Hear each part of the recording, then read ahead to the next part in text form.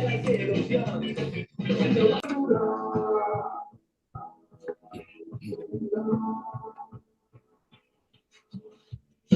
tan lejos de casa que estoy considerando mudarme a la luna. Tan subido, tan nasal, que voy a reventar como bomba de espuma. No estás cerca de casa, volviendo de algún sitio que nunca te ayuda. Tan jodido, tan nada, culpando al delantero que nunca la enchufa. A veces nos extrañamos y nunca lo decimos, nos engañamos, tan machos, tan despiadados.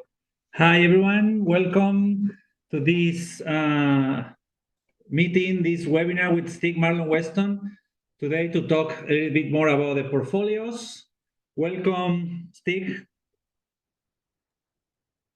Hey there, nice to see you again.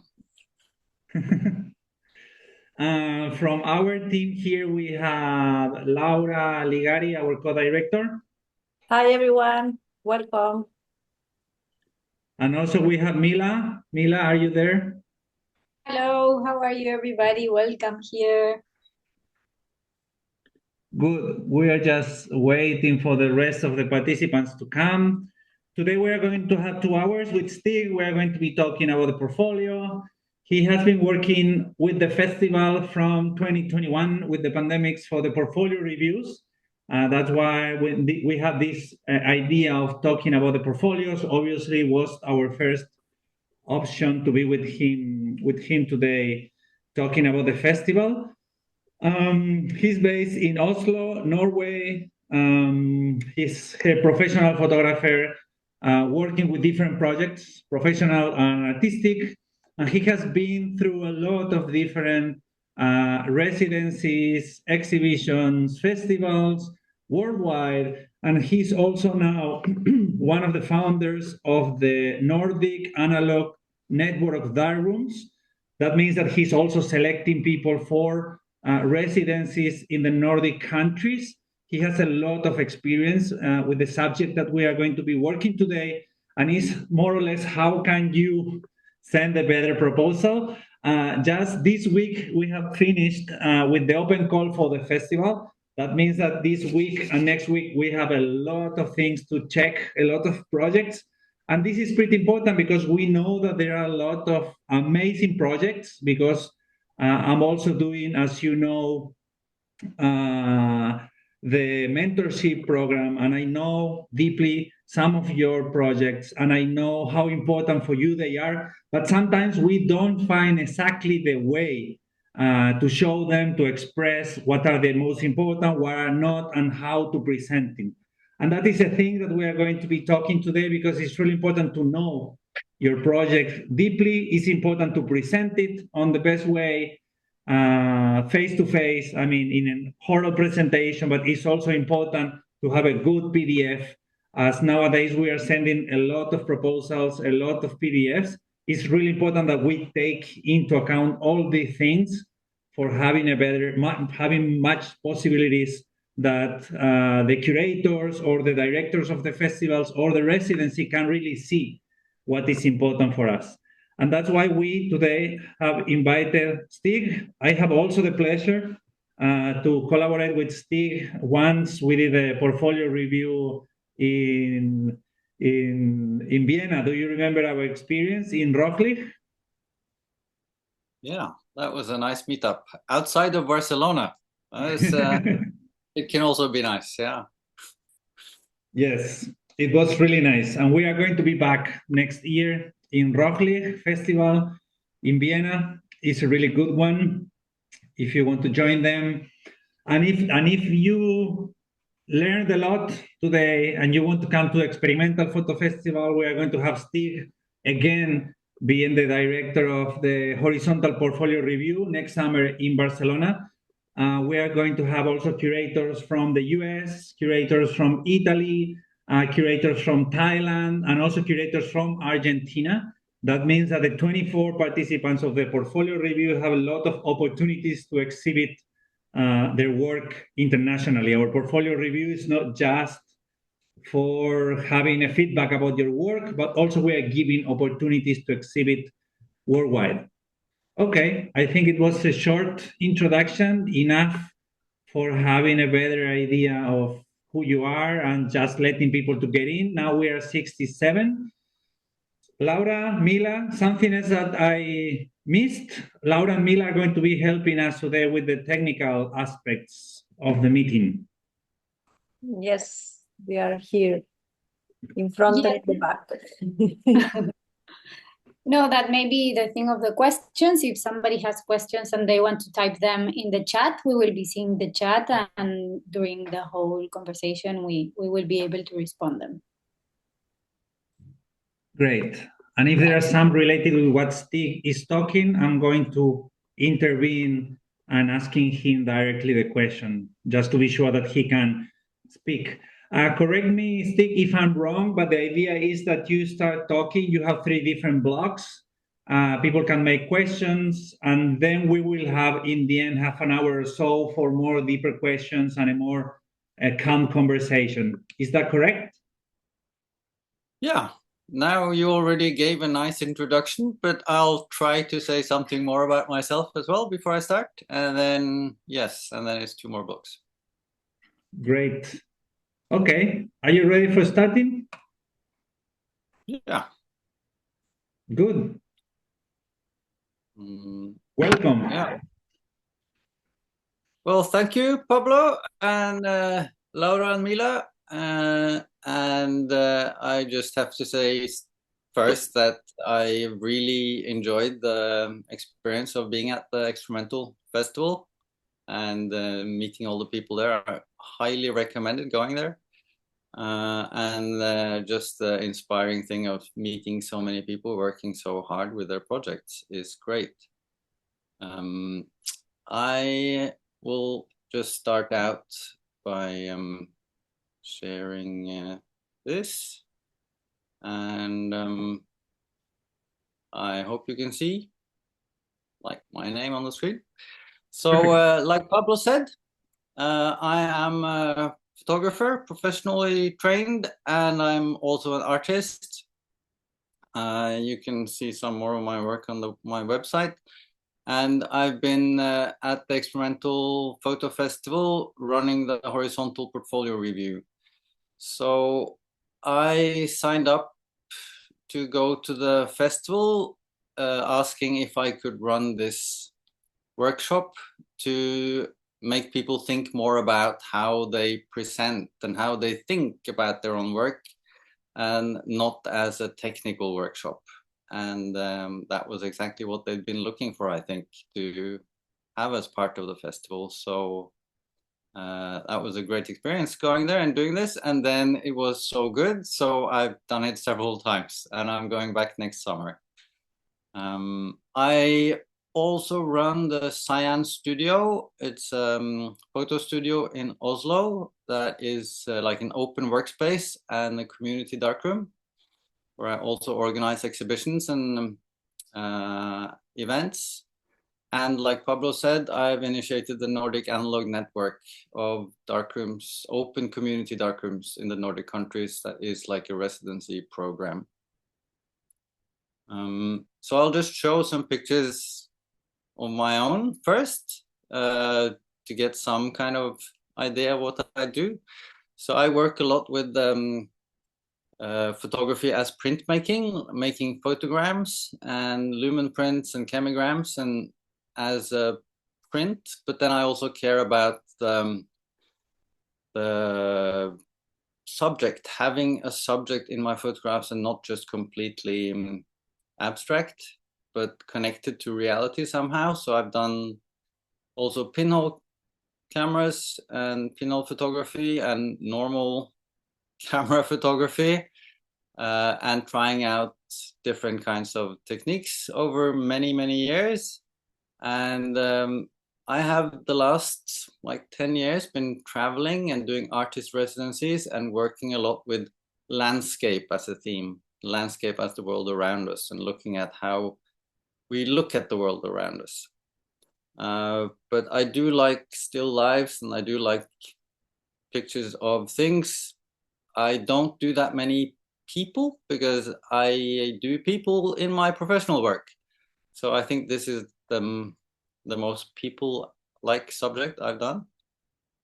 But the infinite varieties of photography you can do when you open your mind and try out different ways of making pictures is what has really inspired me to look further into photography. And then I've exhibited in galleries in Norway and in the national exhibitions and in international festivals as well, and taken part from that in juries and teaching workshops and looking at other people's photographs. So I do enjoy talking about photography, and that's why I went to the experimental photography with this workshop. And that's also something I've been doing in the studio I run in Oslo in Norway. So it's kind of simple photo studio, but I use it a lot for events and other things happening. And there is a community darkroom that is the largest darkroom in Oslo that now has 50 members and people working by themselves.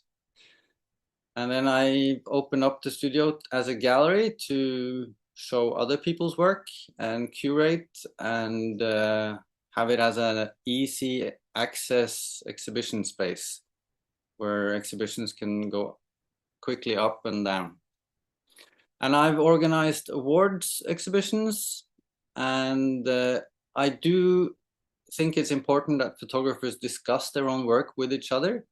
So I've also had these photography juries where there's the photographers entering the competition that have to jury it themselves.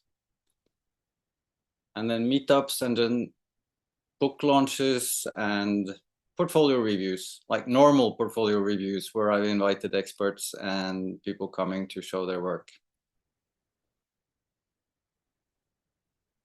And then at the experimental festival, this has been the setup with the portfolio review being a horizontal portfolio review. So it's the participants taking as much part as the experts that are invited. You don't go there to show your work to lots of curators hoping to be discovered mainly. You go there to meet the other photographers.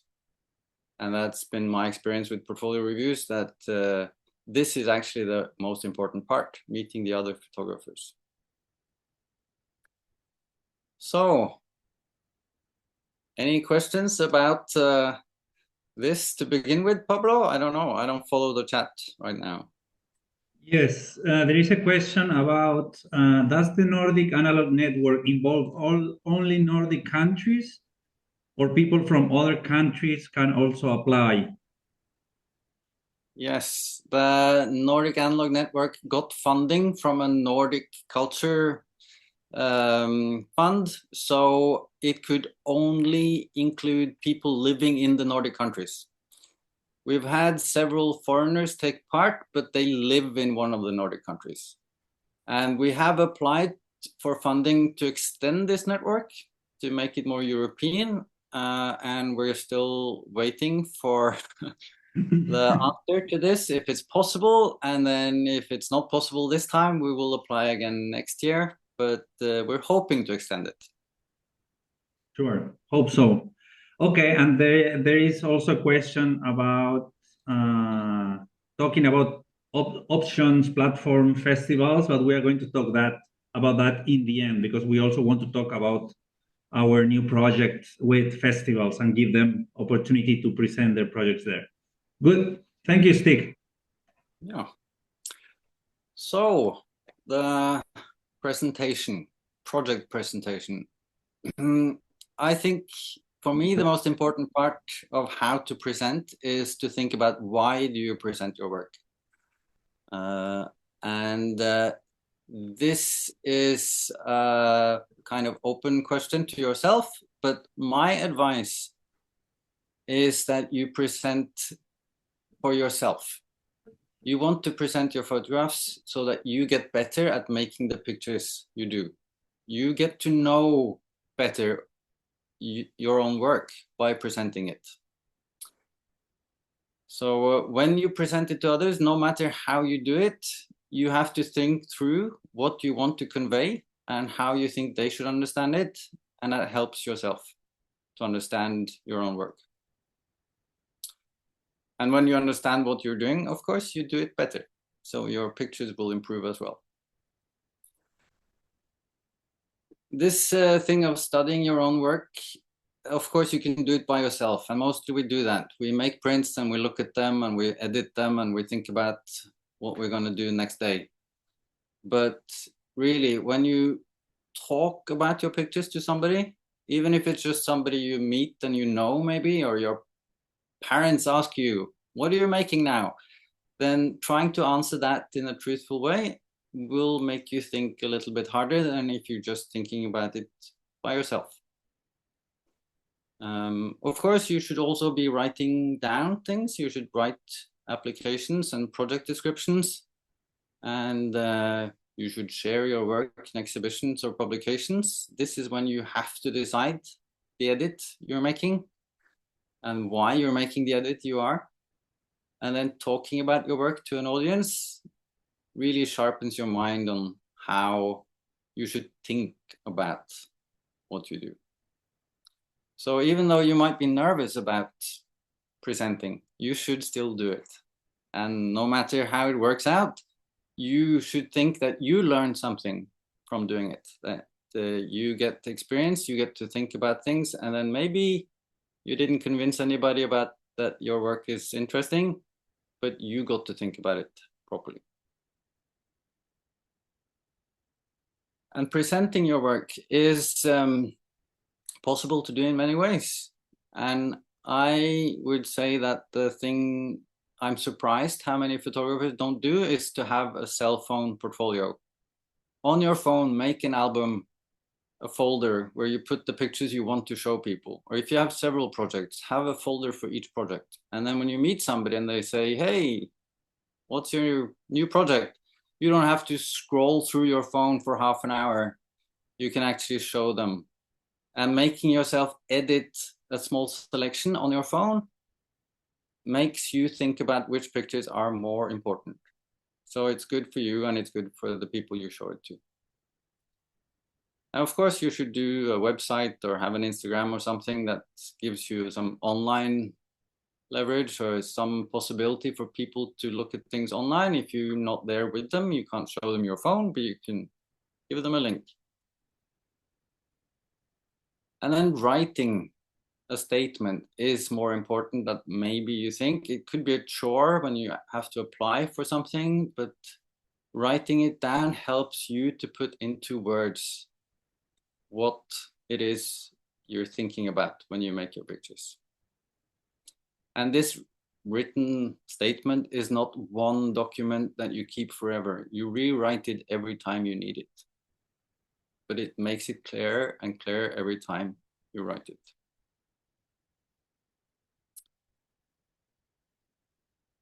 And my recommendation is also to have a physical portfolio. Make prints and put them in a bag or an envelope or a folder or whatever kind of case you want them in. You don't need anything expensive, but you need to have some physical prints. Meeting somebody to see their pictures, and if they show me pictures that are on a screen, it makes it so much harder for me to take those pictures and move them around and sort them and see them the way I want to see them, or give the feedback I want to give, because then you have to scroll on the screen. So having pictures on paper, on a table, is really, really helpful for both you showing them and for the person looking at them.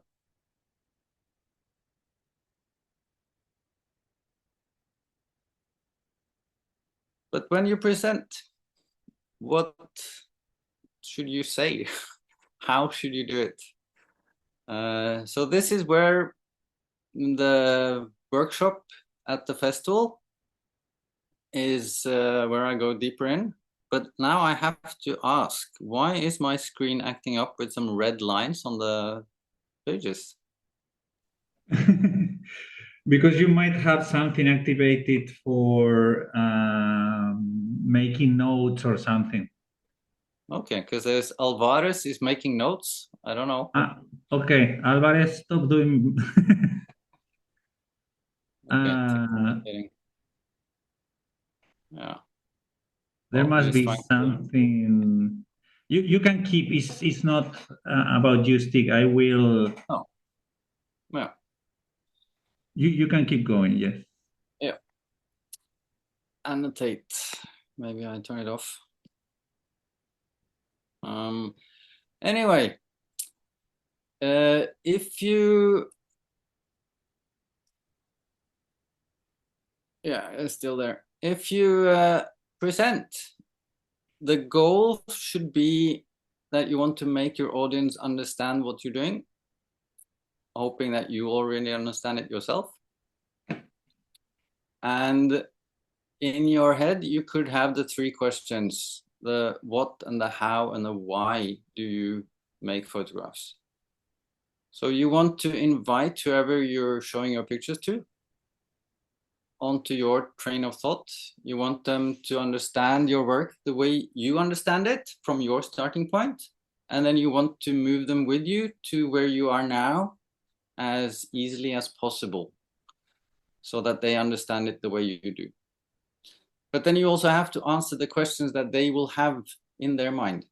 And the most important question for everyone is like, what do you do? What do you take pictures of? And you probably have experienced getting this question.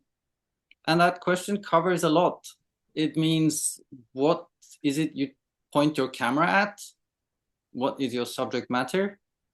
But you can also look at this question as an open question that you can fill in the way you want. So you can say, yes, I take pictures of landscape, or I take pictures of people. But you can also say, I take pictures of my angst, or I take pictures of my childhood memories. Whatever it is you believe that you take pictures of is what you should say and tell people. And then if it's a picture of a flower and you tell them, I take pictures of memory, okay, then they will look at the picture of a flower, not just as a flower, but as a piece of memory.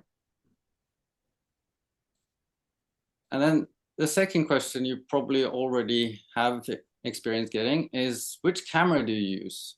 Maybe you don't even use a camera, so it's hard to answer. But the question really is, how do you make your pictures? How do you take them? How do you make them? How do you print them? Which choices are you making technically and emotionally when you make your pictures? So are you choosing to use this kind of camera or that kind of camera? Is that important to you? Okay, then you answer that. But if the point for you is that you are traveling somewhere to experience an atmosphere or a specific place for some reason, that's how you work. Which camera do you use? Oh, any camera, but I travel. I have to immerse myself in some place, and then I experience the culture, and then I try to make this into an image. And then how do you make that into an image? Well, I live with somebody, I talk to them for a long time. Or the way you do your pictures is what you have to answer this question with. What's your method of making pictures? And then the hardest question is the why. And this is the question most people don't ask, but that you should want to try and answer. So why do you photograph? Why do you make your pictures? Why do you bother spending time and energy on your project? So thinking hard about this and trying to answer that question is important for yourself. And it helps everybody else to look at your pictures and understand why you're doing this. Sharing those reasons you have behind your choices of subject matter and your choices of technical or emotional or process-based work is is the ultimate question that you need to really think through. And it's hard to think through unless you think about it openly to somebody else, trying to explain it to somebody else or writing it down, not just looking at your own work and trying to figure out why you bother. This is where you can really get some help by presenting to others, thinking through why you do this.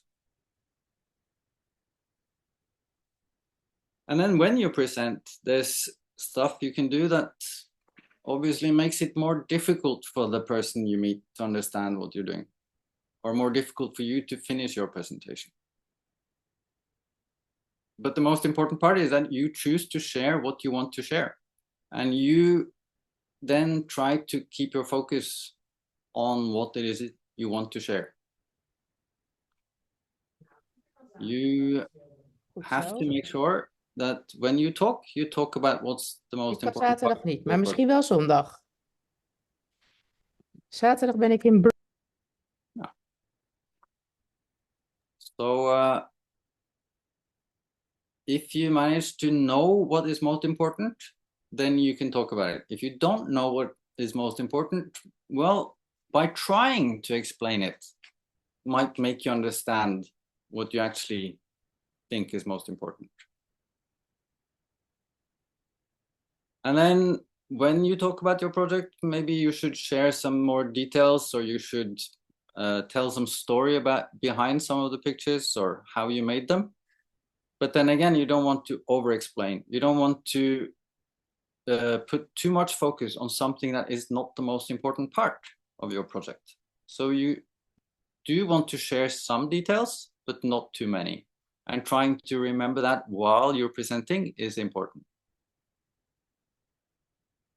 And then also part of any presentation is getting feedback and getting people to tell you things. What do they think about your work? And here is when you need to listen and consider any advice and think about what people think and what they tell you. And of course, you might get questions about stuff that you need to explain more. But then again, your goal is not to convince anybody that they like your work. Your goal is to make them understand what you try to do, and then they are allowed to not be interested in that or like it, or think maybe that you could do it in an even better way. And maybe that's a good advice for you to get. So don't try to argue or fight against somebody who have some idea of, oh, this could be better if you only did. Rather take it in and then consider it, and then maybe next day you can tell yourself that, no, I don't agree. I think I'm doing it the right way anyway.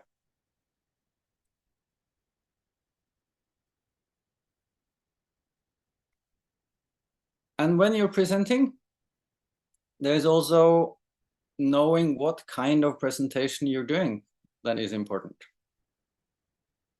Because different types of presentations have different goals. And you should have an idea of what your goal is with your presentation. Any presentation has a goal for you of you yourself understanding and learning more about your own work through just talking about it. And then in addition, you could have the goal of making somebody curious about your work, or giving you advice, or wanting to buy it. But you need to think about which goals are the most useful to have in any situation. And you probably experienced the elevator pitch, that you're somewhere and somebody just asks you, what do you work on? Oh, you make pictures. What kind of pictures? Tell me about it. I like pictures. I take photographs with my phone. And if you're able to just feed some of that curiosity and then start a conversation, that's a good goal. You don't need to explain everything. You just need to give people something to think about. So having a short and sharp elevator pitch about, this is what I do. This is what my project is about. I use this camera. I go here and take those pictures.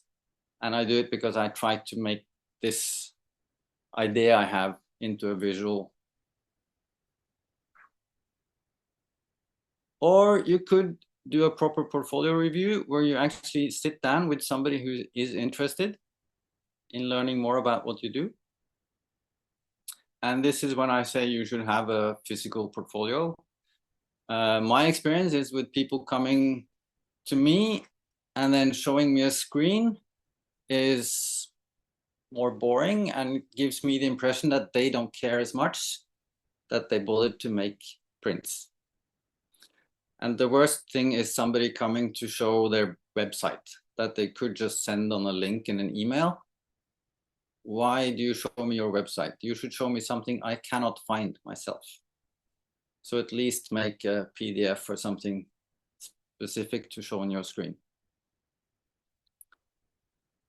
And then any presentation like this is not there for you to convince somebody that they should like your work or make somebody give you an exhibition.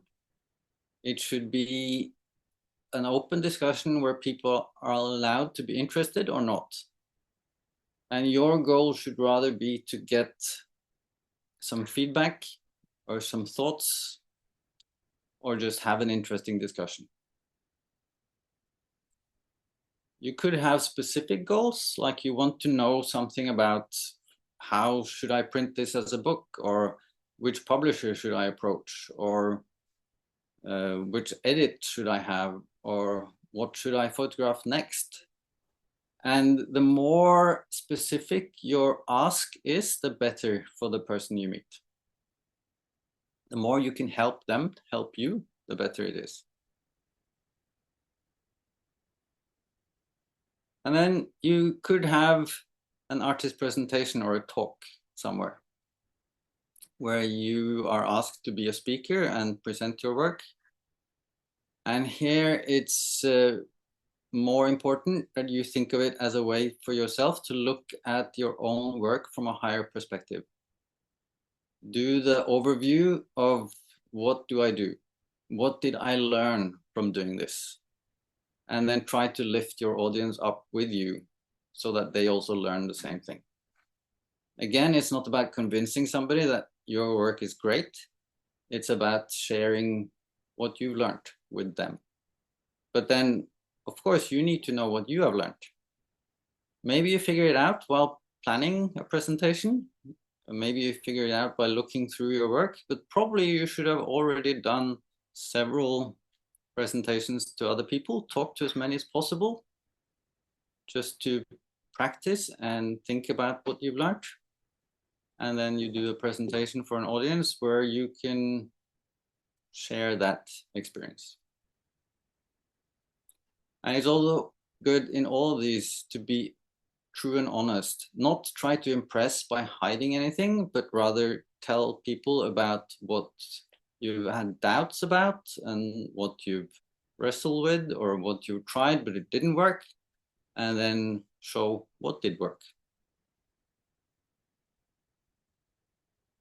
And Pablo, just break in if there's any questions that you feel like needs to be answered.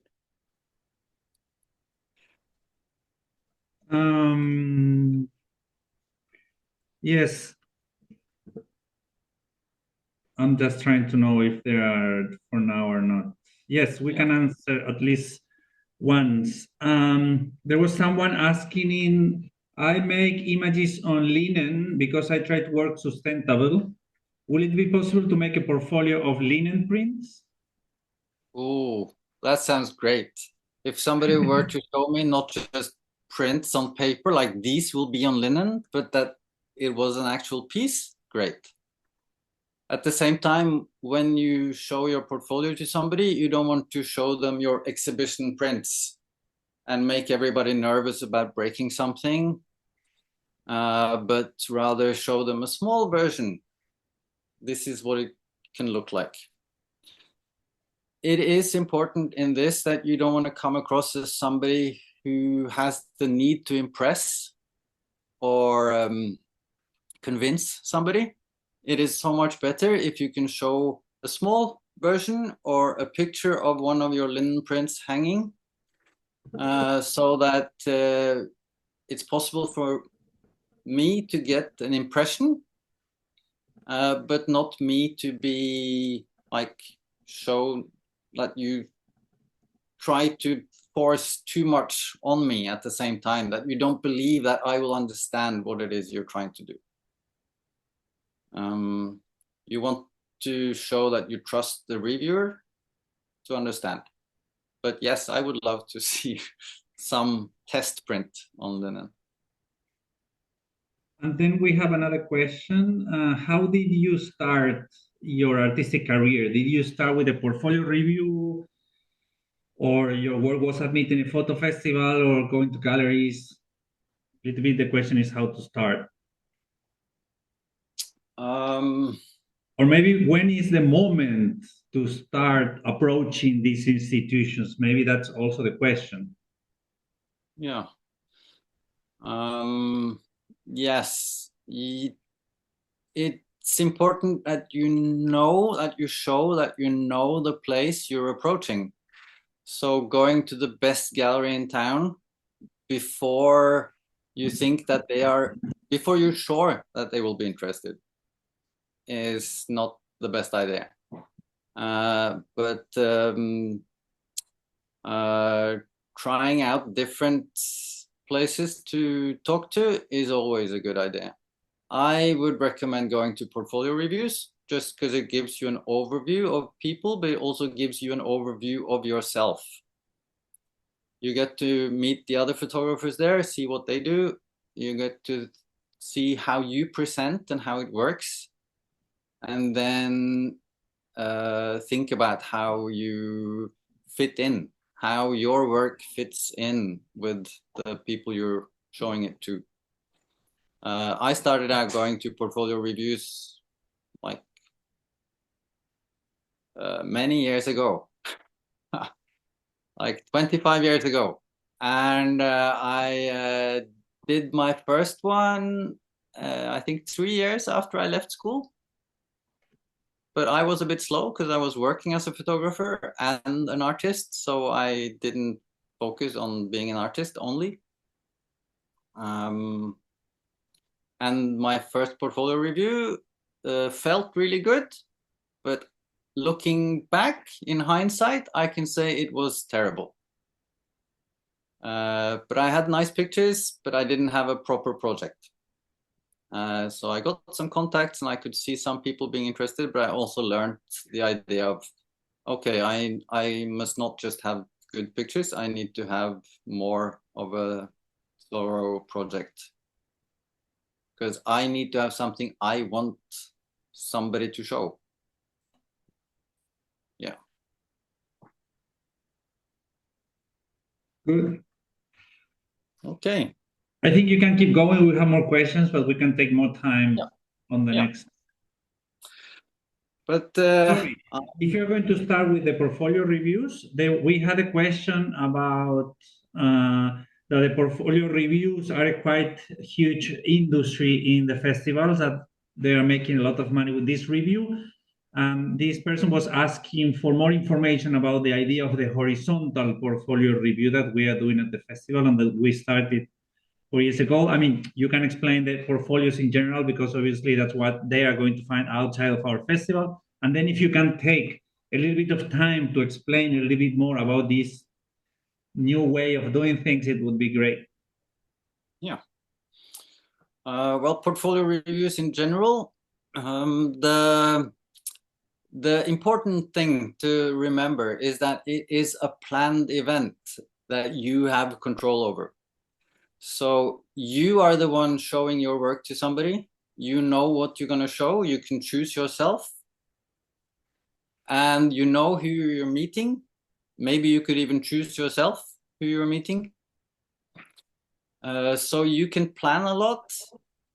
And then, of course, you should beforehand check who you're meeting and think through what questions you might ask them and what you think they can give you or teach you. But you you should think of it more as a place for you to practice presenting and then practice thinking about your own work and learning how you present to others. What is it you say? What is it you choose to focus on? What is it turns out that you think is the most important part of your work? And then the feedback you will get will help you focus again. Because if they say, you meet somebody and you say this work is about one thing, and then they look at it and they say, oh, but I think it's about something else. You get to think through your own focus, and then maybe you're not being truly honest. Maybe it's about something else, or maybe you haven't managed to convey this idea you have properly through your work.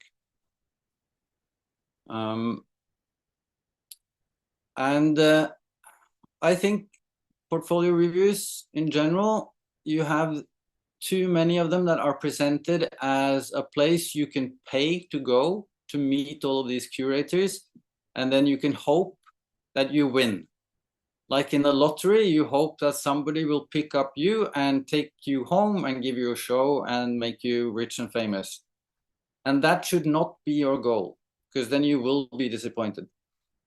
The goal is that you learn more about your own work. You get to see yourself in an environment with other artists and where you fit in.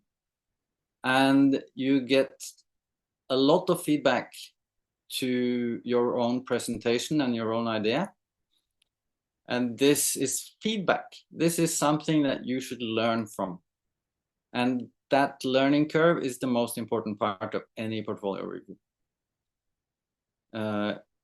It is therefore more important that you go there with that as a goal, because if you go there and you then go home and you sit and wait for somebody to email you to give you a show, you focus on that instead of what did they tell me, what did I tell them, and what did I learn from this. For any review should be a conversation, and a conversation where you are honest and open about how you made your work and what you're not sure about in your work, how you think you can improve it, how they think you can improve it, and how this can teach you something.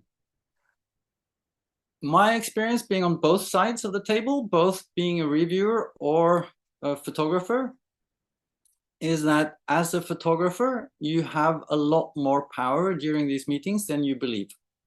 Because the reviewer wants you to be in control. If you're sitting there and a photographer comes to you and shows you their work, you want the photographer to be the one telling you what it's about. You want the photographer to be the one to edit the work on the table and to be clear and honest about what they want from you. The worst kind of review is where the photographer comes and like, here's my pictures, what do you think? And then it's impossible to know if the photographers want some feedback on their edit or on their photography technique or on their prints, on who they should talk to, or on what kind of work this should end up as. But if you as the photographer come with a bunch of pictures and say, I want to make a book and I'm wondering about the edit, then it's very easy to give you advice.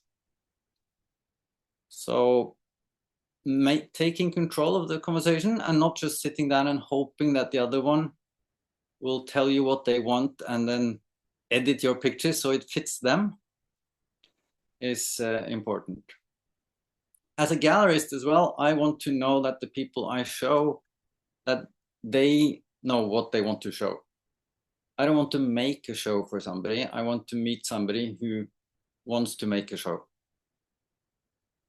So as the photographer, you want to show the gallerist your idea. And then maybe the gallerist likes the idea or they don't. But you shouldn't want the gallerist to give you the idea of your show. Yes. I think that's me rounding off this presentation. And then I have brought a portfolio of my own that I thought I would go through and say some things about, and then you can tell me afterwards, Pablo and Laura, if I did a good presentation or not, or if I missed out on some of my own cues. But first, are there any more questions? You said there were some about reviews. Yes, there was this question about this idea with the horizontal portfolio review. I mean, what is the difference between the traditional ones and the one that we are doing at the festival? Yes. So the traditional portfolio review is more the kind of shop where you pay to meet some reviewers and you sit down, and then of course you present and you take control of the situation and you want some feedback and hope for the best. But the horizontal portfolio review is a much more active experience. It is a workshop, so it is a bit deeper than my presentation now about how to present and how to think about your own work when talking about it or showing it in the review. But then it's also a discussion with everyone present, so that all the other photographers who take part, they are part of the review of your portfolio.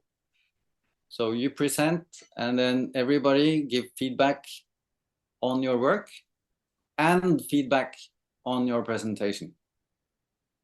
So it's more of a backstage portfolio review maybe, where you get to take part in the reviewers' discussion after the event about which photographers did good or not. But it also means that you get to discuss the other participants' work in a group and the other participants' presentation in a group. So it's a very open and honest experience. And I feel like at the experimental festival, we managed to make it into a really friendly one as well. So it's not a hard crit, it is an open, honest discussion, supportive, but at the same time, useful. I think the good part of the horizontal is, as you said, it is in a group. You can see how other people does it and also making comments or not, but you can learn from them, you know, what like from them. When you do a traditional portfolio review, you don't see others, how others are presenting. That's one side. And the other side is, at least for me as a curator and director of the festival, sometimes I have the feeling that those presenting all the time at the portfolio reviews, they are kind of professionals. You know, those artists too used to do portfolio reviews, they know exactly what they have to say. You know, they are kind of actors because they can sit there and in 2 days explain 25 times the same project, exactly the same. That can take a lot of energy. That can put a lot of pressure on the curators because we always have the feeling that they want something from us. You know, they try to convince us. I mean, this is kind of a theater, and they are making all this show of fireworks to convince us that their project is perfect. It's kind of a lot of pressure in some moment. And sometimes it's really tiring because you have to explain the same so many times for different people. It's good because you can really have kind of eye contact and really you have at least 20 minutes to have a direct feedback from someone that you might be interested in. But I really like the idea of being more horizontal because this possibility of, I mean, you're explaining just one time.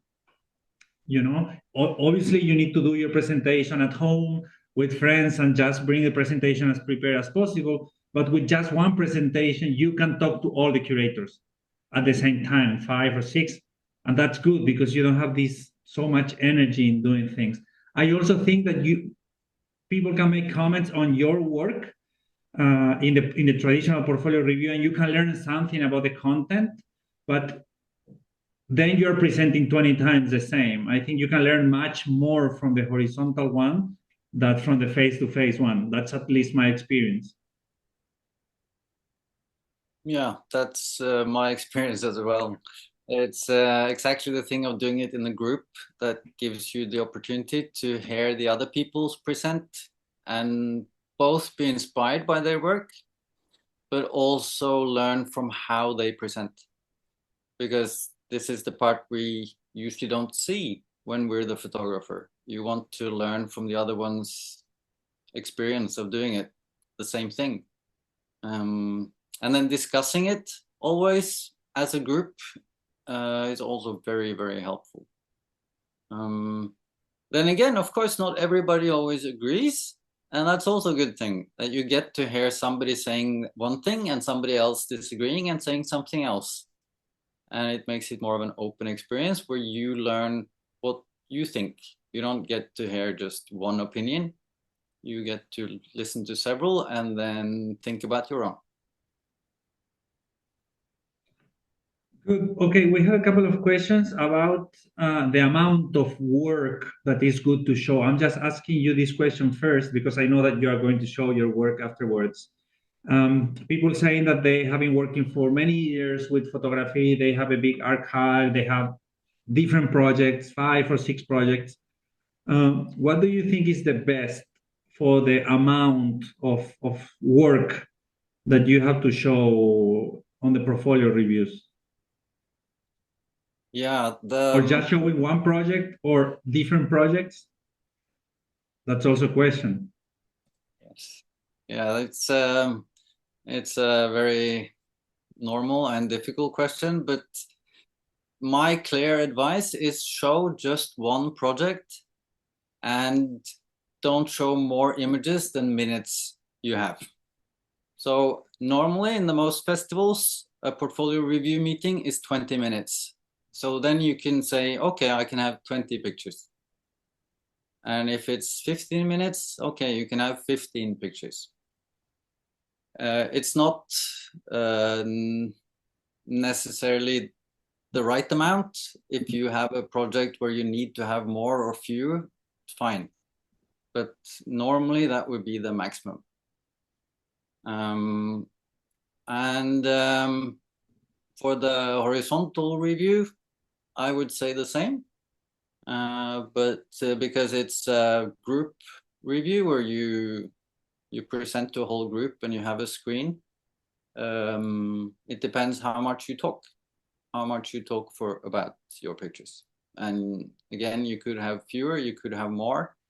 But normally you should think harder about which pictures you show, not how many. Because this is again about showing that you trust the reviewer, that you believe that they are experts, they know what they're looking at, they can see something and understand it. So you're not trying to convince them or show them so much to prove that your work is good. If you show 10 pictures and they are good, they will understand. If you show 5 and they are good, they will understand. But I would say 1 per minute. So I normally would bring 20 for a 20-minute meeting. And then maybe I only show half, or maybe I show all. And then I have brought with me maybe 2 projects to a review, and then I can choose. So I show one or I show the other. And that's the main thing I did wrong, I feel, the first reviews I went to, where I had my portfolio, and in my mind, everything was connected because it was how I work and how I see things. But there were very different visuals in all my series of work. So somebody could see some hard black and white photographs, and then some colorful prints, and then some collages. And for me, they were all connected, but it was harder to see. And it is better to show something that does not confuse people, because of course you can always explain your work and make people understand, oh, they are all connected. but that takes time. And when you only have 20 minutes, it means you should really talk yourself for maximum 10 minutes. Preferably, you want to show pictures for 5 minutes and then answer questions and show more pictures for 5 more minutes and then have an actual conversation for 10 minutes. But if you have to explain why your work actually is coherent and it's not confusing, that takes a lot of time. And again, a portfolio review is a planned event that you have control over. So you have to budget that time. And if you want some answers to your questions, you need to have time for that. That's not the reviewer's responsibility. So yeah, I recommend 1 project, and you could bring 2 in your bag. This summer, I went to Arles and I was at the portfolio reviews there, showing my work. And I had 2 projects. One project is several series of pictures. So I chose, okay, I will mainly show 1 series or 2 series if I show that one. And then if I show the other one, I only show that 1 series. And that was very useful because with some reviewers, I checked beforehand and I thought, okay, this one I want to talk about 1 project. The other one I want to talk about another project. And then during one of the reviews, I showed my larger project, and the reviewer was like, yeah. And then we started talking about something, and I realized, okay, you actually want to see the other one. So I switched midway, and that was a big success. So you can bring more, but think about how to spend your time. Sure. I personally think that it's pretty important that you really study deeply the curators that you are going to talk, or the festivals. I mean, that is really important in everything, not just on the portfolio reviews, but also when you are sending things for the open calls for the festival. We receive 20% of proposals that are not filled in our form, or that they don't answer exactly that of the questions that we put on the webpage. That means that if we have the feeling that you are not answering our basic questions, or you are not answering to us, we have the feeling that you are just sending the same PDF to everyone. Obviously, this is a love relationship, and we also want to feel that you are committed with our festivals or our institutions or our whatever. You need to show that you know them. That's kind of the first things. And you also need to know exactly them, because you have to choose the best projects. Because all of the festivals, all the galleries, they have a line. For example, with Del Rio in the highlight project, they just show originals, silver gelatin prints. I mean, kind of not copies. Don't never go to a portfolio review with the gallery if you know that they just show originals, and you can know that if you study the better way this exhibition, and maybe that they have been doing cyanotype for 10 years, maybe they want something new, or they just want cyanotypes. You need to study them better for show them the project that you think is good, or at least you can start for that one, because it's the moment when we have the most energy. Then you can show other things if you have time, but at least you need to start with what can be the interest of the reviewer. I think that is the most important. You can explain more things in the first part when you are talking about yourself, because you can talk a little bit about your what you know, where you have studied, all the projects that you have done. In the first part, you can talk about 5 different projects briefly, themes, places, technique, but then the things that you are presenting must be clear. If you present 3 projects, as Stig says, it's going to take so much time, and then the reviewer is not going to have the feeling that you know what he wants. You really need to give them what they want. They are there just seeing projects, days and days and days.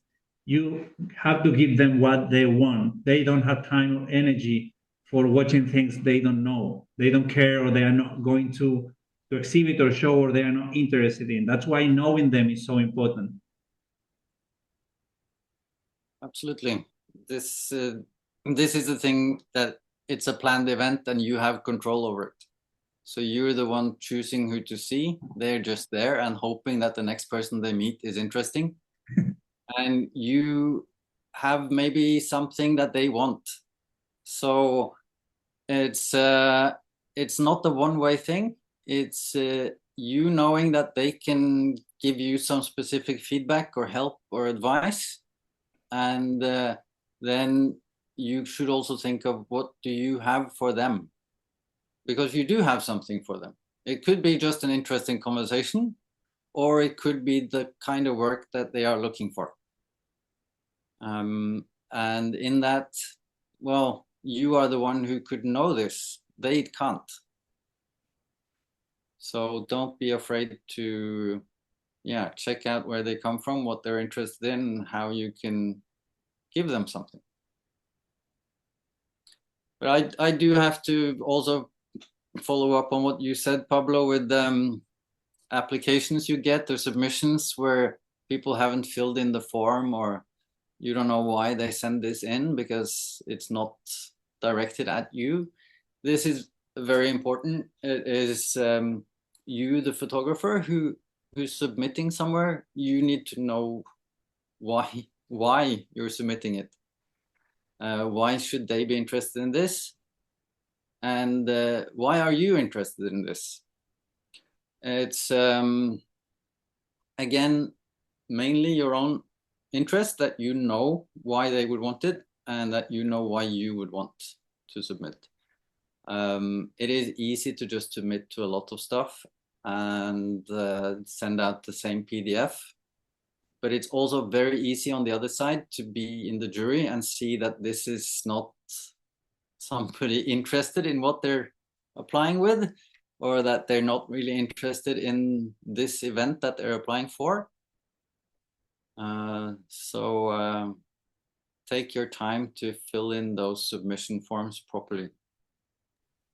I think it's better to do 10 good ones a year. I mean, those 10 that can be really of their interest and that you can give them something important, than doing 100 open calls and just sending them the same, At least that's why I'm always asking my students, study really good the open call and send there if you just see something that might be of their interest. Spending money in sending open calls randomly makes no sense. Well, in one way it can make sense if you do it properly. So sending in submissions is a way for you to both practice your editing and your writing and your thinking about your project. So I think it's a good idea to send into a few more than you actually believe you can get into, or at least try to send into some where you might fit in, but maybe you don't have much hope. Just don't spend too much money on it. But there's enough free places to send in that you can, just to practice your writing. I know with myself, I'm not able to sit in my office and write the proper artist statement unless I know I'm sending it somewhere. So just doing that, I think, is a good idea to practice that. Also, one last idea, Stig, and then we go with your presentation. For the festival, we always also have this experience of people that are sending proposals, but they will just come to the festival if they are selected. And that is something that really, we don't really like it. We normally say, okay, you can send a proposal. If you are not accepted, you can come as a participant. You can know us, you can know the festival, you can understand better what we want and what we do. And they can even do the portfolio review with you, and they can learn to get better. And then next year, they can send a proposal for being an artist and they can be selected. I'm always asking people first to come to the festival to know us, because in our case, it's not an easy festival, but that's a good way. I mean, you need to go to the festivals. You need to go there and know the people. You need to know what they want. You need to see the exhibitions for sending proposals. Obviously, it's not easy or cheap to travel worldwide for visiting festivals and then sending proposal, but that must be the correct way of doing it. I mean, that's kind of the way of, again, if you are saying I'm just coming if you select me, I'm not coming if you don't select me. I personally, I as a director of experimental photo festival, I don't feel that you are interested in the festival. I have the feeling that you're just interested in using the festival for showing your work and making connections. And that is something not really nice, giving this impression.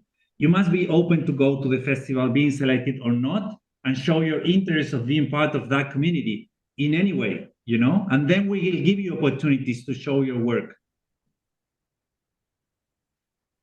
Yeah, it's the general underlying advice of go to gallery openings and mingle and get to know people.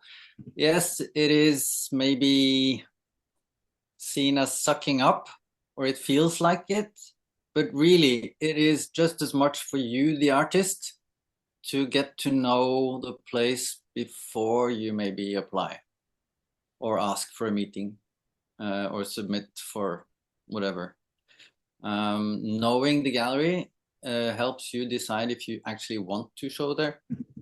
And then if you really feel that your work fits in and that this is where you want to show, then you'll be more motivated to put in the effort to get to have a meeting with the gallerist, or the gallerist will see this when you have that meeting, that, oh yeah, you seem like you really want to do this, and therefore it's a better choice to have you give an exhibition than asking somebody else who don't really care. As a gallerist myself, that's one of my main criteria, that I want the artist to really care about showing and showing at my gallery. I have had too many applications or submissions just sent in randomly where it's obvious that they don't know the space, or the artist doesn't know what the profile is or what other people have been showing, and where there's no personal interest in writing to me. But that also makes me think that if this artist is going to have an exhibition, I will have to do a lot of the work for them. Just explaining stuff or telling them or making things fit in. But the more you as an artist show interest and knowledge and understanding of how you fit in to the place you're going to show, the better. Good. Are you ready to show us your portfolio? Yeah, yes. Well, 10 minutes? Do I have to control your timing? You can. I have a timer here. Let me just check, because I actually have more than 20 pictures. But I want to show you a project that I call Cum grano salis. It's Latin, a grain of salt. And this is the first proper portfolio project I had that I took to portfolio reviews. Before this, I had different series of pictures together that I felt were connected, but this is the one that I finally put together and chose okay, this is what I'm going for. I felt it was great. I'm really happy I made it, but I did realize later on that when I chose to bring this portfolio with me to PhotoFest Houston in the US, I had the choice between this one and another one. And the other one was the one that I had the picture, my bed sheet hanging at the experimental festival.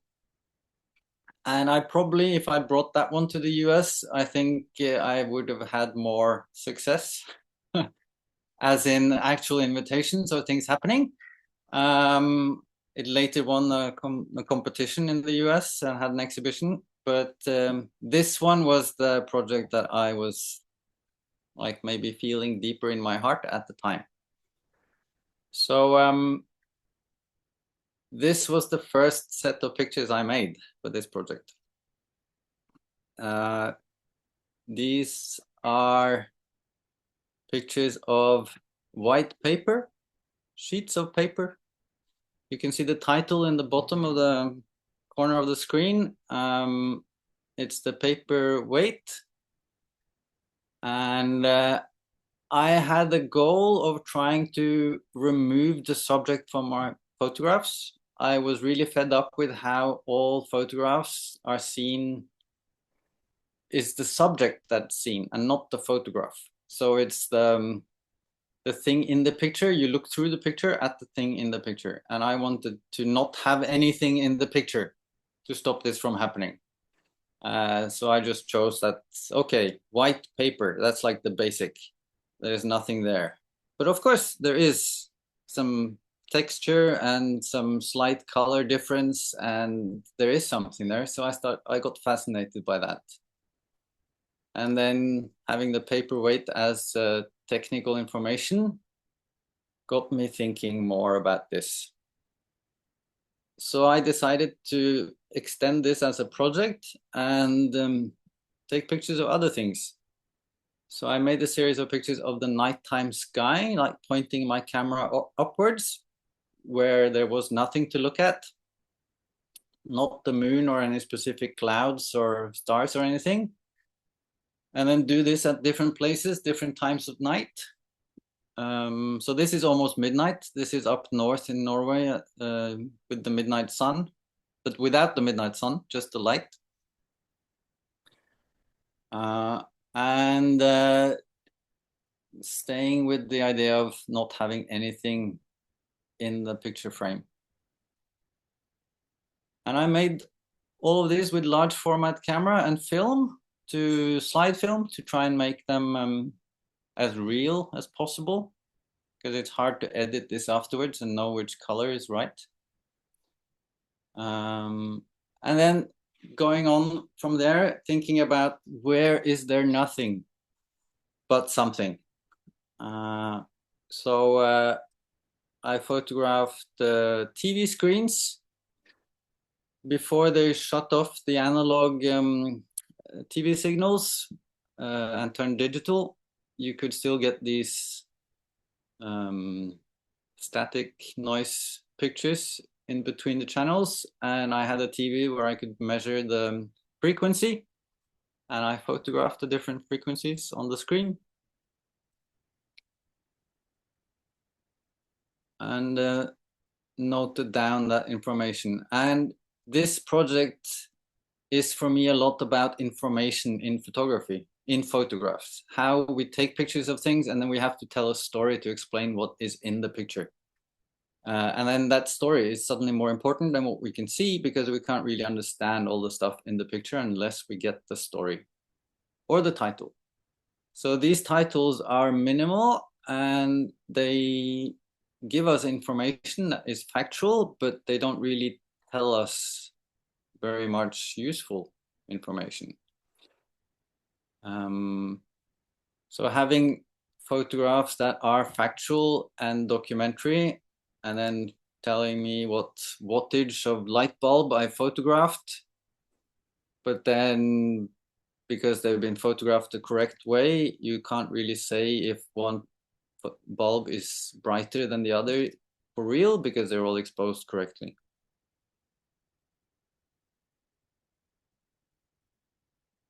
And then the story behind what has happened in each photograph is not really there.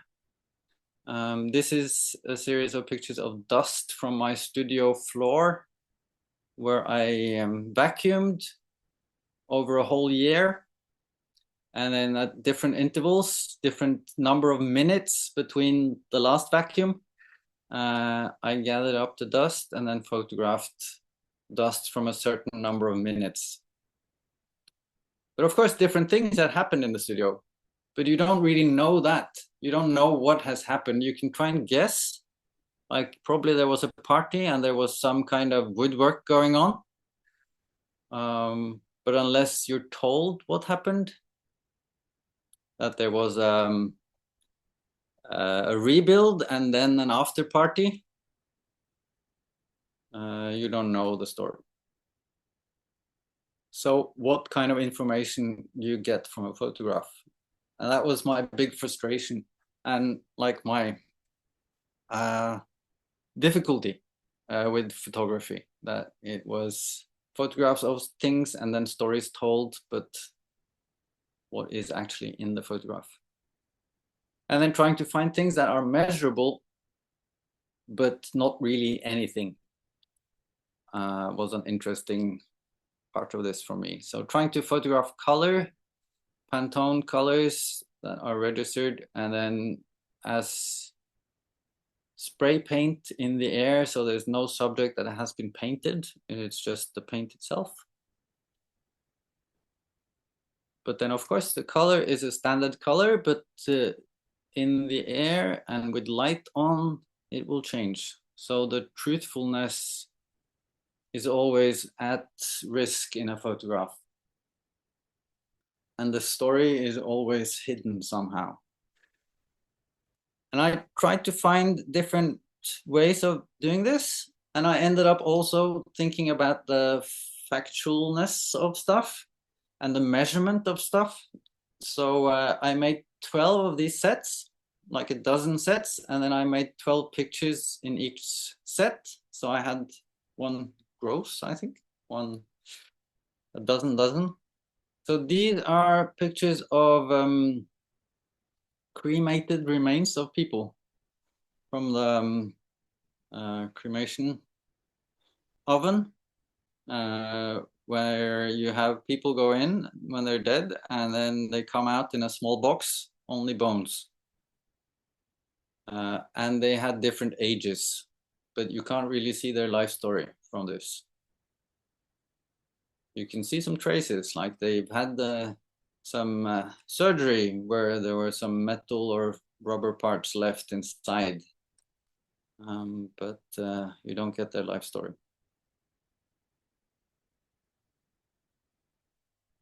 And I ended up with this series, 12 images of one gold bar.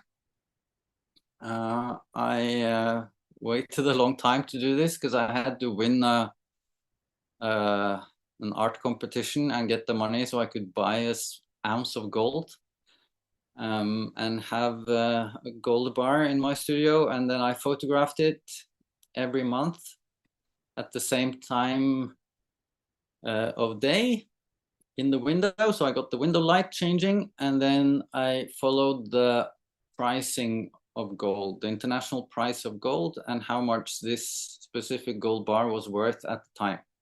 So the value of something.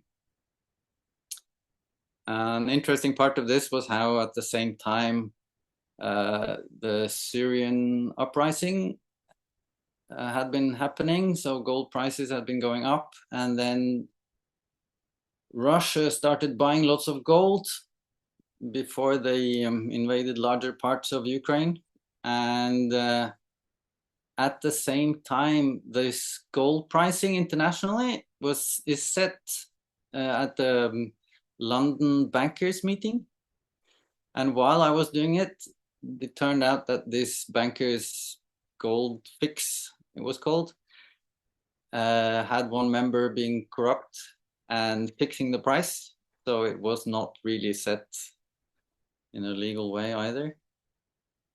So again, this is all of the stories you can tell with a photograph, but that are not in the photograph, which for me still is a troubling thought. And all of these sets of pictures are made in different sizes is my plan, so that you have some small and some large. And these gold bars, they are pretty large. And they are the only ones I've exhibited properly, where I had a set of them at the photo festival in Oslo. My goal was to make some huge exhibition with 144 pictures. Of course, that will never happen unless a museum says they'll pay for everything. But then I've also wanted to make some kind of portfolio book box. But the idea of doing that was something I wanted to do, but then I moved on to other projects. But I was very happy just making these 144 pictures and showing them in reviews to get some feedback on my thoughts about photography. I think it was nice to see the gold bars up on the wall. So if you have any advice of where I should show 144 pictures about nothing, please tell me. I think the theme somehow resonates today with the title, cum grano salis, which means take with a grain of salt, from the saying, take something with a grain of salt, about lies and truthfulness, and how you maybe shouldn't believe everything. So for me, this is about how photography is true, but at the same time, you should take them with a grain of salt, because what information do they actually convey? Yeah. So any feedback is welcome, or specifically feedback about, did you understand the project? Did I say something in the right way or the wrong way? What do you feel?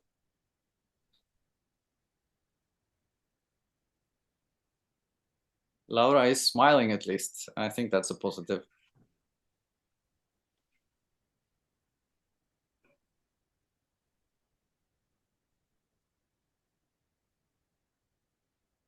People is commenting, outstanding, bravo. Another one is they need to be exhibited in outdoors. And someone else, Susanna, emptiness and silence seems to be two important keywords on your work. Yeah, I can agree to that. My question is, this is your last project? No, this is, I finished this like 10 years ago. Yeah. Because at this time you were working mainly with conceptual photography, so to say, but with camera. The projects that I know are without camera, the biggest part of them. Is that correct? Yes, but I've worked with cameraless photography for like 30 years. So I could say that the first pictures you saw, I thought they would come up, but they don't. The first pictures you saw were taken before these. I can see if I can show that. So these are taken at the same time as the dust pictures. Okay. These are photograms made outside in the forest. So I use a camera and I don't use a camera, and I think both ways are equally valid. I don't subscribe to the you have to only be experimental kind of. I mean, anyway, these ones with camera are pretty experimental. That was not my idea. I was just trying to explain everyone that this same idea that you can work with different projects at the same time, and it can be. That is something that you also said, that sometimes you present two projects that are too different, and that can be confusing. Sometimes it's good that you have like different profiles, but then sometimes it's good to have different things to present. And also you are doing more commercial things and you are doing other things. That's why it's so important to present exactly what people might be interested in each of the contexts. It's good that you have different projects. The question is which project you are going to present to each place, you know? Yes, and the important part here is, remember, you're not showing your work to impress anybody. You're showing your work to either see it yourself and learn more about it, or because you want specific feedback and help with something. So if you're working on something and you have lots of nice pictures from earlier projects, and then you have something new that you're not sure about, it is perfectly fine to show somebody the new stuff that you're not sure about and discuss why you're not sure, rather than try and impress them and then confuse them. So I mean, if you meet a proper reviewer, or if you meet a friend or anybody, they will try to understand if you give them the chance. So it's better to explain why you think something maybe is not working than try and impress somebody and then explain why something else is not working, because then they will go back, the person you're talking to, they will go back to, oh, but I like this one, and then the conversation is more confusing. Stephanie is asking if we can present these shows that has been finished years ago. I mean, can we go back and present, as you did today, this kind of projects? We can present projects that has been presented in different places, like other festivals, other magazines, and I can include this here. Do we have to say all the places where this exhibition, for example, was already exhibited? That will help you to show to give more confidence to the reviewer, or this will make him or her feel not so special? You know, how much information do we need to give about these projects? You need to give the reviewer understanding of what it is you've made.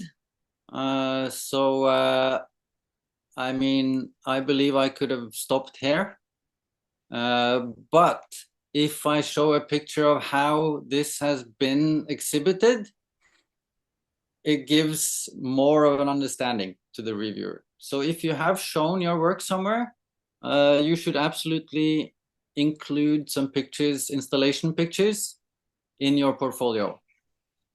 That's one of the things I've been told the most times, that even if you haven't had an exhibition, you should make some prints, hang them on the wall, take a picture of that wall, and then include that picture in your portfolio.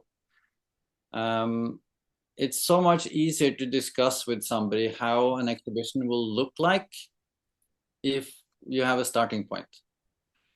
Sure, or you can do a digital proposal in a wall. I mean, there are free web page where you can just make a fake presentation of your work, and that can be a good option to start working about it. Yeah, as long as it looks something like what you might want to do. So when I show you this, you don't really know if it's going to be tiny, or if it's going to be huge, or if it's going to be in a big frame, or if it's going to be hanging loose on a linen carpet from the wall. Or but showing this, okay, they're stacked on wooden crates and they're large. It helps. And then we can discuss, no, they should be smaller. In my gallery, there's not so much space. Would you make them smaller? But it is not a bad thing to tell people that you've shown something somewhere else.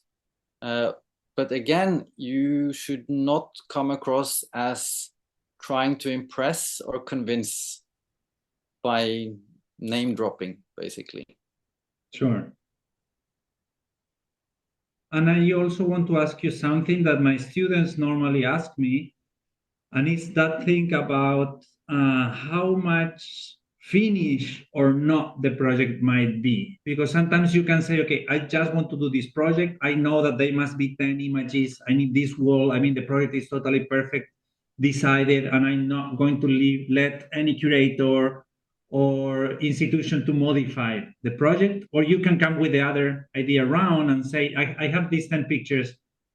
How do you think they will look good?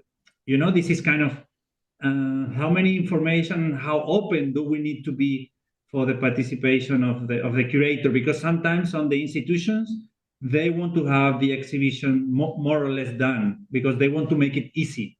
But there are other galleries that they really want to have their personal decisions on the way you exhibit, and they want to curate more. You know, they want to go to your studio, they want to see the images, they want to give you opinions, they want, I mean, there are kind of two different curators, you know, those that are more, okay, we are going to do what you want, and there are others saying, okay, I'm here also to help you. What do you think about this? Yeah, again, it's important to remember that this is about you, the artist. You should have an idea, You should have a wish for how your work should be presented, and then you can be as flexible as you want. As a gallerist, I think my worst experience has been people sending me short emails saying that I'm interested in showing at your gallery. Here's my website. And then I have to figure out what you want to show in my gallery. I would so much rather have a proposal from you and then be able to adjust that and say, oh yeah, you want to show this, that looks great, but maybe we could include some pictures from this other project you have, I can see on your website. Or could we have fewer prints or more prints, or hang them from the ceiling instead of on the walls? But you as the artist, you need to know how flexible you are, and you need to know what you initially would want. The starting point, basically. From my personal experience, I think it's good that you can show the gallery, the curator, that you can do it by your own. I mean, that if they don't want to intervene a lot, you can do it by your own, more or less, with friends or whatever, you can do it. But that you are also open for them to intervene as much as possible. But you need to show them that you have experience on doing this. Feel comfortable, confident, but not close. I think this might be perfect, confident, but open for comments. Yes, the gallerists need to trust you, that you are confident, or rather that you know what you're doing. Maybe you're a nervous person, but then you need to show some pictures that show that you can finish this exhibition and make it look good. Their confidence somehow in that your work will end up an exhibition, that they don't have to make it for you. Sure. And the question of having your project finished, no, it doesn't have to be finished, but it must be possible for somebody else to understand where you're going. Not maybe where you will finish, but in which direction you're going. So I have really enjoyed showing work in my gallery that is not finished, and that it can be like a test room where you can try out your project while you're still working on it. But when I decide that you can show, I need to know what you think you're going to show, even if it's not done yet. Sure. Good. Okay, good. We have 10 more minutes. Stig, do you have something else to show or to talk about? I have a last thing about festivals and open calls for our participants that might be interested, but just want to know if you have something else to comment, say. I think the main thought for me is that I recognize the part where, as an artist, it feels like I need to impress somebody, or I need to convince somebody that my work is good, and that I need somebody to help me to get it out there. But that's not the ideal starting point for either you, the artist, or for whoever is going to work with you. You somehow must be confident enough in what you do to know that you want to show it. You know what you have learned from making your work, and what you think other people could gain from seeing your work. And if you're clear about this, it is easy for somebody else to talk to you and see your work, and then recognize if they see this, that you tell them that you've learned, and if this is something useful for other people to see.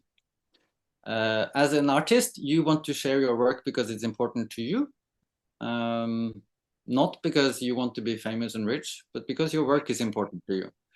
And then as a gallerist, you want to show work to others because you think they want to see it and they should see it. So there's an overlap there somewhere where you you have found your own work interesting, and therefore other people can understand that this will be interesting for the rest of the world. So it's not as an artist, you're not the one begging the gallery. The gallery is looking for you. Good. I have also a last couple of comments. For me, it's really important as recommendations for everyone to make contacts. I mean, that's kind of the way things work. You need to find other people who were exhibiting there, who might know the galleries or who know the institutions. You can ask them for more information about how to do it better, how to contact. I mean, that's good because in the end, we feel comfortable with knowing people that know another person and that we trust one person and we can trust another one.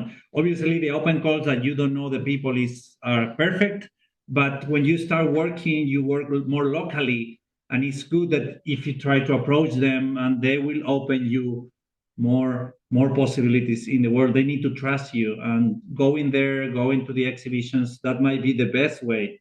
And also talk with other artists, how you did to exhibit here. How was your relationship with that curator? How was the conversation? If I want to do a proposal, do you think this proposal is good or I can do another one? I mean, there are a lot of conversations that you can have and go to exhibitions.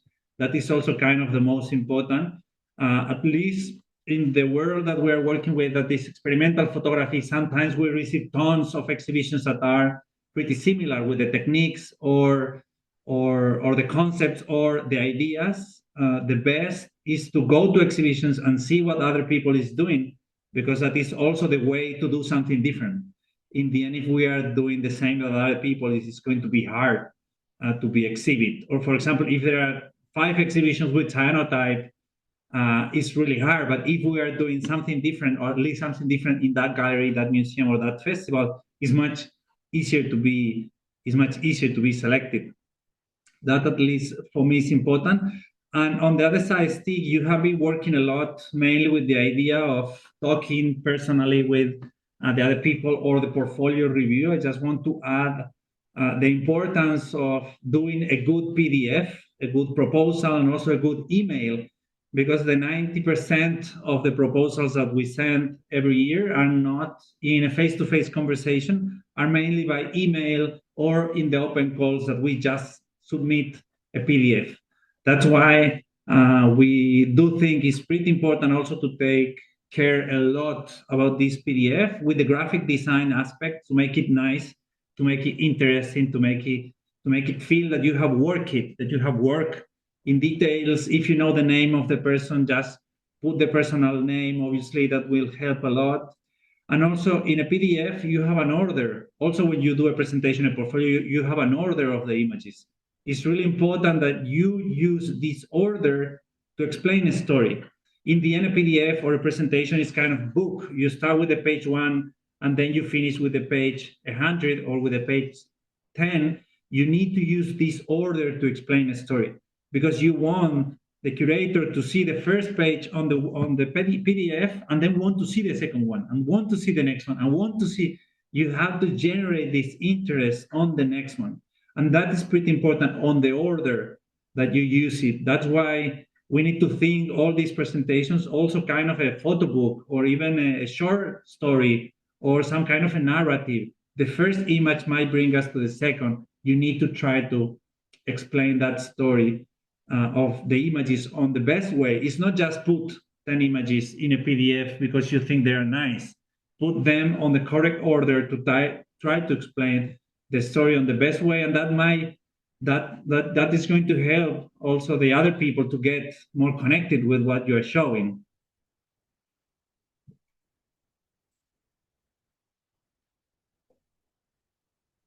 I'll just break in, and I saw some of the questions in the chat, and there was somebody asking about if I believe that artwork can just speak for itself, that it doesn't need a lot of presentation.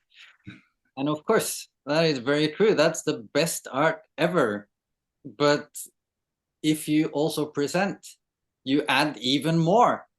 So of course, you hope that your artwork speaks for itself, but I remember going to a talk, Petra Kucha talk, where several artists were giving short presentations about their work, and there was a photographer I really liked that was talking, and he was introduced, and then he said, and I don't believe that talking about my pictures will do anything else. I think the pictures should talk for themselves. And then he sat down and we could see his pictures on the screen. And he's like, I came here to hear you talk. So that was a huge disappointment. Even though his pictures were great, I was hoping to have him work on somebody when you present. You're sharing your thoughts.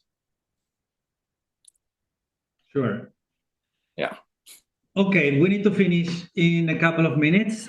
Someone was asking at the beginning about opportunities in this world, because sometimes it's not so easy to find them. It's not so easy to know where to send them. And we started the project with Agora 4 months ago to trying to know where were all the festivals in the world, because we wanted to know at the beginning, not how many we were, but to know the rest of the festivals, to get together with them. And that is a webpage that you can see that I'm going to show you here. You can find the webpage in our Agora webpage. If you go to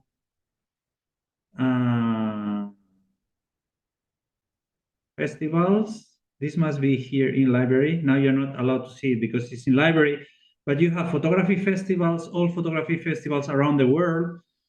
We have more than 466 festivals. That is crazy. We have never, ever thought of having so many festivals in the world.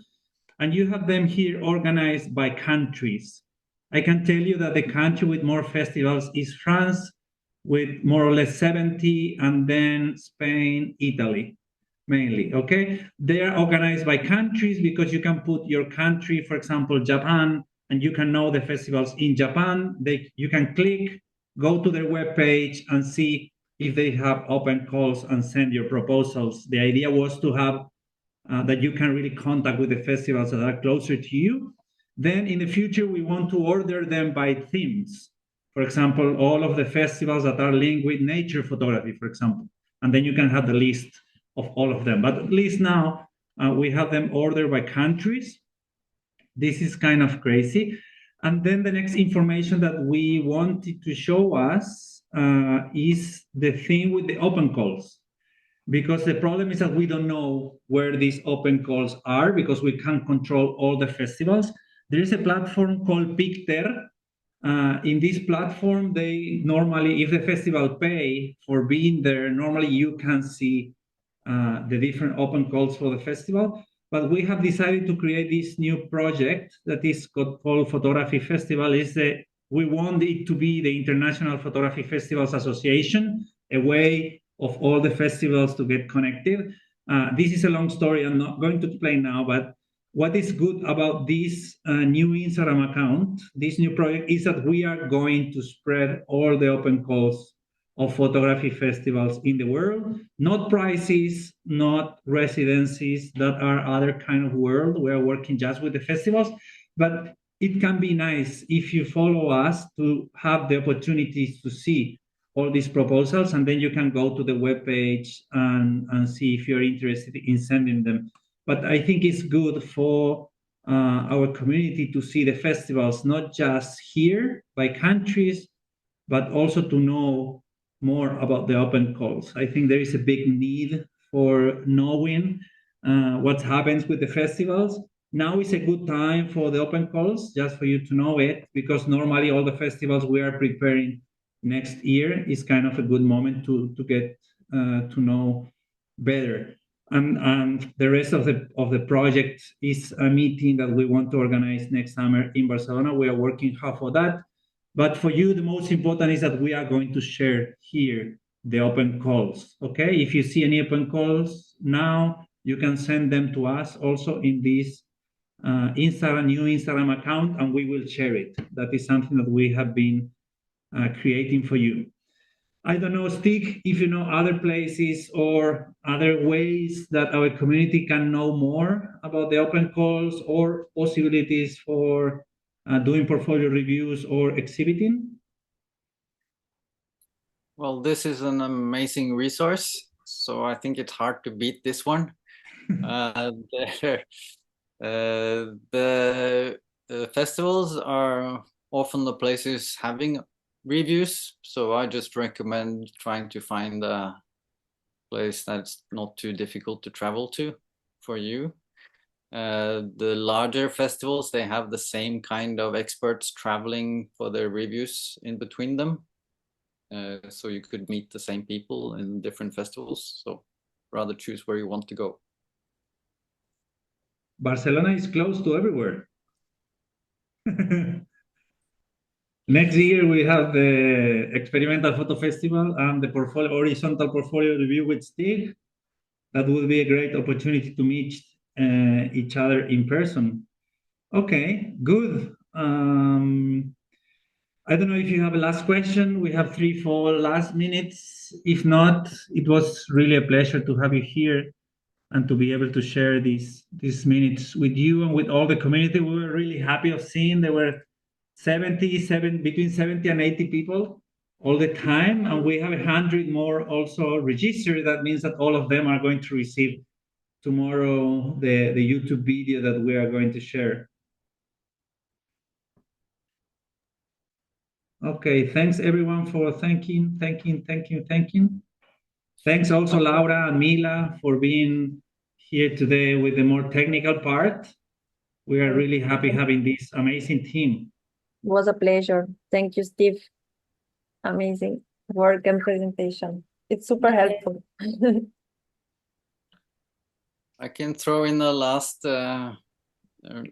promotion here that the Nordic Analog Network is having an open Meet the Artists meeting on the 28th of November. It will be on the website to sign up, where this year's artist residency artists are going to present what they've been doing. If anybody's interested there. Can you send it also to our email? We will be happy to share it on our Telegram chat. Yeah, I'll share. Good. Okay. Thanks, everyone. Thank you so much, Stig, Laura, and Mila, and all the participants of this conversation. Hope you learned something. Hope you get a lot of energy for sending proposals. You know that in the webpage of Agora and also in our new project, you can find places to send. There are tons of open calls there. And that's it. Thank you, everyone, for being here, and hope to see you soon, or online or in the festival. Bye.